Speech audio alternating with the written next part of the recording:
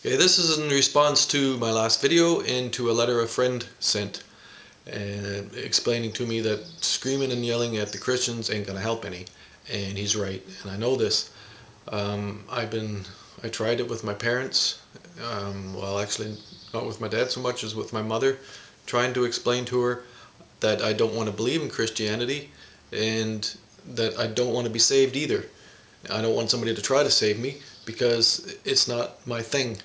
And there's a scene in a movie with Richard Gere and that other guy that was in lots of movies, and he was explaining to his girlfriend, soon-to-be girlfriend, how when he was a young boy, he was watching as the plunderers burnt down the city, and all the people of the village were in the church, and the church was set on fire, and the little boy got there too late to help anybody. And the way it was explained is it's close to the analogy of the way I see it with my parents.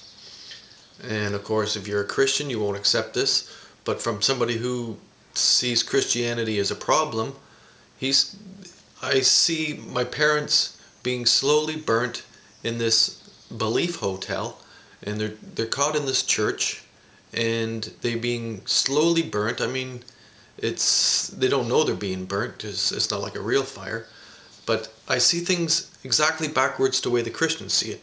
And the way I see it is religion is it's a way of putting you in the oven and frying up your mind. And it frustrates me to no end, and I'm going to figure out a way to make it to be more cool about it. And we'll probably start by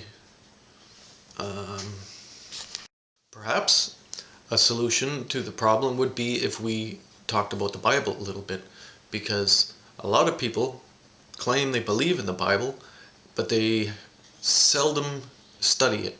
Sometimes they read it with the help of somebody who's a Christian who's trying to sell them the same thing that Paul is trying to sell them, and it's backwards to what Jesus Christ was trying to sell. Jesus Christ was just trying to sell love for yourself, one another, and the world, and that sort of thing.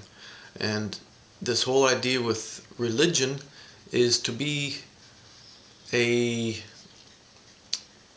mindset so that people don't have to think. And part of the reason I was so furious last night was because I just read Exodus, and Exodus is the beginning of the forming of the Jewish church by the Jewish synagogue or tabernacles or whatever they want to call them, by Moses. And his method was to dictate laws. Most of them were about how to burn sheep and goats and whatnot. And he explained that you either do what I tell you to do or I'm going to kill you. And this sort of dictatorship is not the best method for having a productive society. Society becomes a bunch of mute beings that are afraid to do their own thinking. And this is actually the only thing I want people to do. I don't want them to believe me. I have nothing to sell. I want people to think. And when I direct them to the other book that I have on the other site, there's nothing there to believe. It's there just so you can see what it is the book's about. And the book is very backwards to the way life is. And I want people to understand that life is real and books are just stories. And to make a religion out of a story is a very dangerous thing, and we've got to figure out a different way to do things. And I'm not going to tell you what to do. I'm just going to ask you to stop and think and question your beliefs, because belief is not a good thing. Belief and faith and all these things have been taught to us by dictators throughout the ages. And if you go and read Moses, the first 5 books of the Old Testament, you will see that it's very, very hardcore. And this is no proper way to conduct a civilization. It mutes us. It gives us no chance to think on our own and be creative. And being creative makes us the beginner gods. As soon as we start creating things and making things on our own and not being told what to do, not stopping at a red light when there's nobody around for 600 miles, and just checking out what reality is, if we can start doing that sort of thing, we would slowly get away from our need to hang on to religion. I was talking to a fellow one time about believers, and he explained to me that believers actually have a believer gene, and if you are a person with a believer gene, then you are going to believe.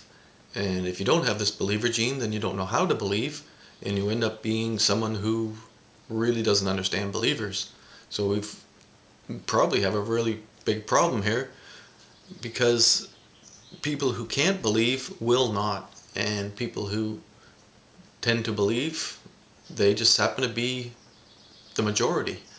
And the biggest problem with believers is they believe anything they're told, and they are told to believe things by people who tell them things that aren't true. And they tell them things that aren't true because they just want to confuse them, keep them insane, so that they will just follow their leader and do what they're told.